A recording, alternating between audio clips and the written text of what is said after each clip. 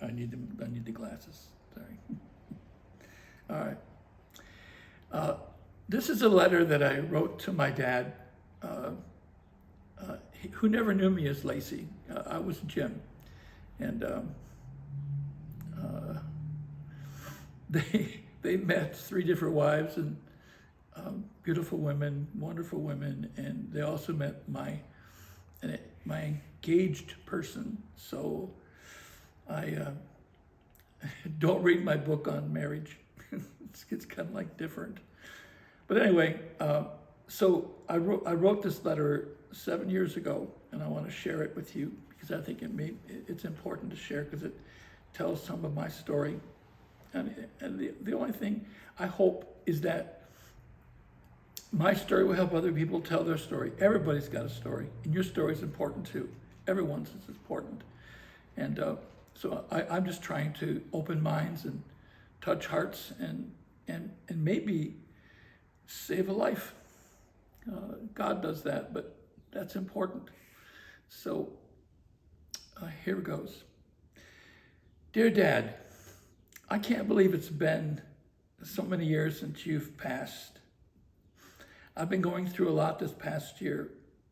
I'm almost embarrassed to tell you, even in a letter, but I'm becoming a woman. And I've always felt like a woman, and I think you knew that. I have always respected you. I wasn't like you, but I loved your work ethic and your interest in our activities. You encouraged all three of us to get involved in sports and to go to college. I will always remember going fishing early in the morning with you. I went ice fishing with you even though I hated it. It was so darn cold. I went hunting with you even though I hated that too. I just wanted to keep you company.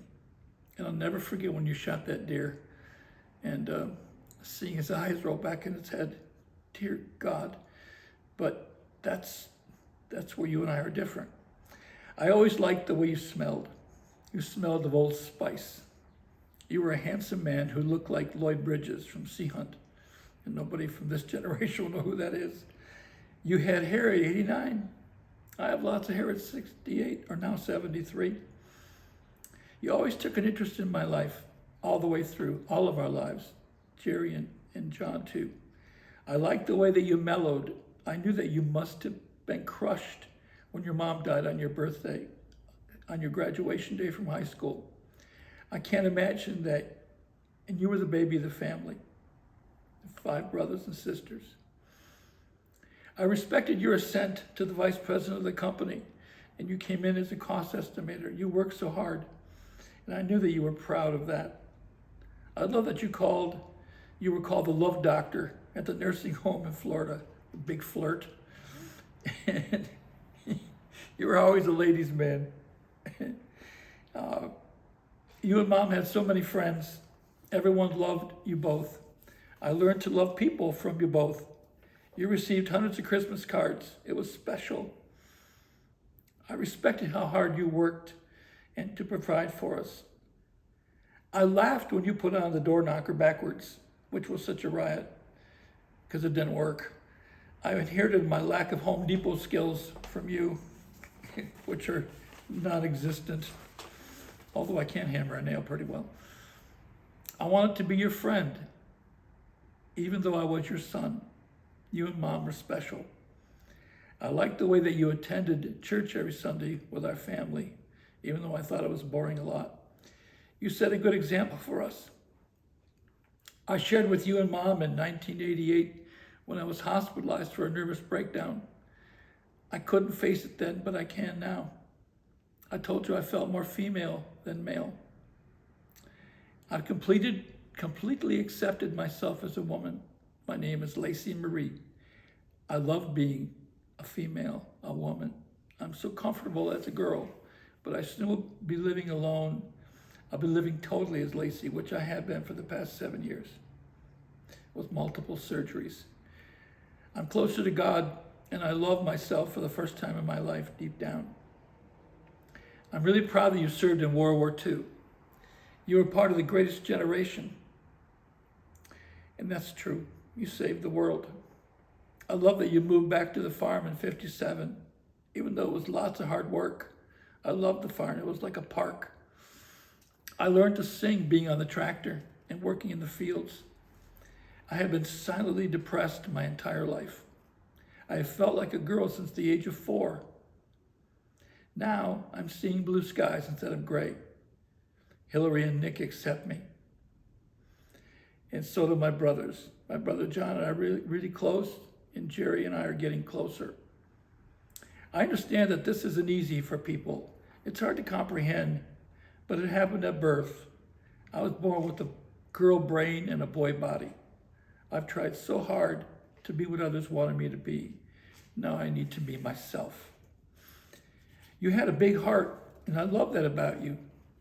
I love living at Duck Lake down by Battle Creek when we were young. I remember Crazy Al Proto so well. He was a good friend of yours. I remember how you and Mom bowled together, played cards with friends during the week, and went out most Saturday nights together. That was smart for your marriage. You were never judgmental. You always were understanding. You let us live our lives. I really like the way that you encouraged us to pursue college and pursue a degree, and that's important. I'm a much happier person now as Lacey. I can't wait to see how my life unfolds. I was proud of you as a man and a father. I had this dream of Mom waving to me to go to her. At first I thought she was waving to me to come to the other side.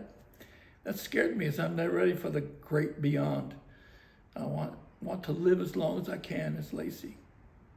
And my question would be, what do you do all day? I don't know. Then my therapist said, your mom was waving to you to come and be her daughter. And that was a powerful epiphany for me. Really powerful. I believe that if you were alive, that you would accept me. I know that you would. I grieve about being a little girl, not being a little girl and a young woman, but I'm grateful and blessed that I can come out at my age. I want to be a good woman, and I have a lot to share with my story. I hope to help others. I miss you, Dad. I was always proud of you. I want you to know that I'm okay and a much happier person as Lacey. I accept myself and I'm comfortable as Lacey Marie. I love you, Dad. Happy Father's Day. The daughter that you didn't know you had, Lacey Marie Basil.